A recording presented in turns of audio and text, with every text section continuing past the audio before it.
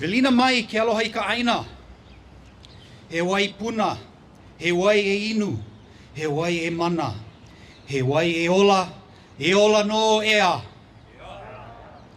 This closing chant from our famed ancestral chant, He Mele no Kane, describes the complex yet intimately understood water cycle of our islands.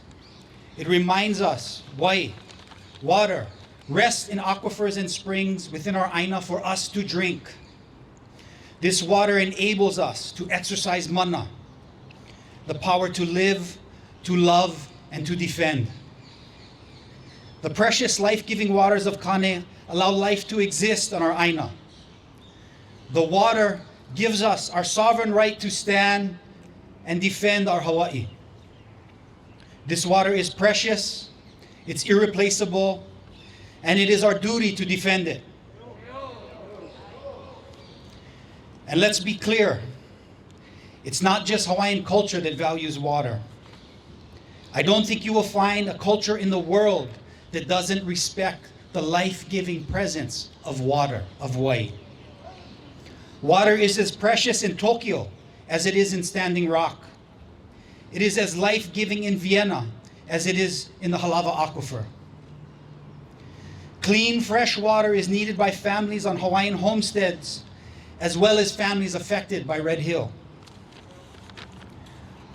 Even our scientific community is in agreement that water is essential to life on our planet, as it searches the universe for evidence of water on other places in distant galaxies. Which means we can all stand together on this issue. We all agree, and we're all on the same side. All of Oahu, all of Hawaii, all of our world can agree that water is precious. We must protect our wai and shut down and decommission the Red Hill tanks. The poisoning of our water is the type of terroristic act that the military is supposed to defend Hawaii from. And here they are the cause of it. Oahu's groundwater is no longer safe with a single line, corrosive, 80-year-old underground storage tank holding as much as 250 million gallons of jet fuel 100 feet above Halawa's aquifer.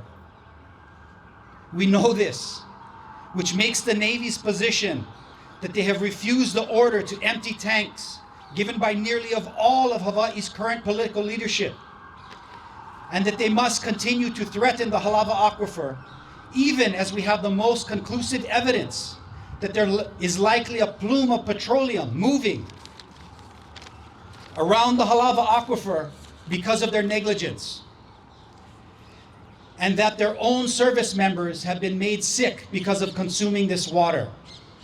Just in the last week alone, the Navy's position has changed from the water is safe to there is no evidence the water isn't safe, to shutting down 2 of their wells and daily flip-flopping on the outcomes of its own testing.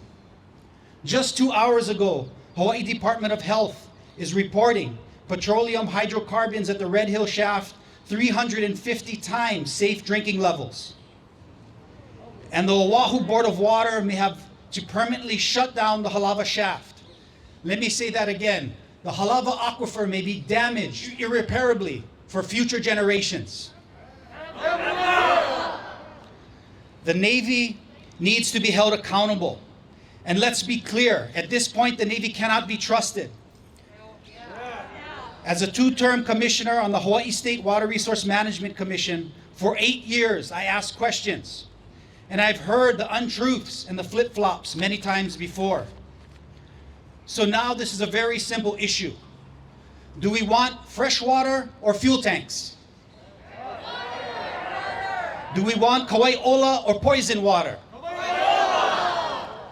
The Navy's negligence has showed us we can't have both. It's one or the other. And we're hearing we want Kauai ola, fresh water. Today we stand together to tell all of Oahu and Hawaii this is a serious issue that will have an effect on all of you. It doesn't matter if you live in Halawa, Aiea, Waikiki, Waianae. If you live in Hilo, in Kaunakakai, this is an issue that will affect you. We demand our fresh water. We say, let's stand together, and we want fresh water and not fuel tanks. The Navy must care for the affected families, decommission the tanks, and begin setting aside remediation and reparation funds for all the families and the damages to Hawaii's aquifer and its people. Ola i Kauai.